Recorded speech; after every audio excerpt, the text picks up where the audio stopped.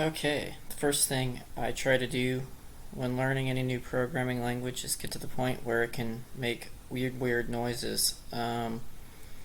So wanted that to be a thing this week while learning Haskell. So I've finally gotten close. At least I can generate a sine wave in any event. So quick demo. Do this. Unfortunately, I can't generate one that goes live to the speakers yet, but I can generate wave files.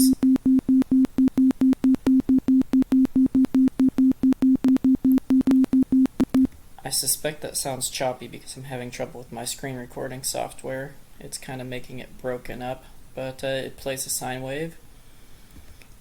And even better, I can take this example and modify it slightly with my turn down for what function.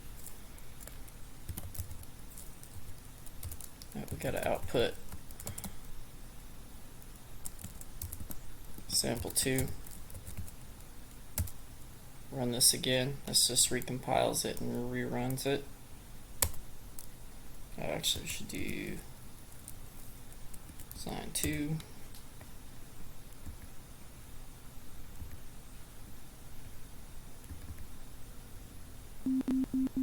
And it might be hard to tell the difference, but that's just the same sine wave, but turned down.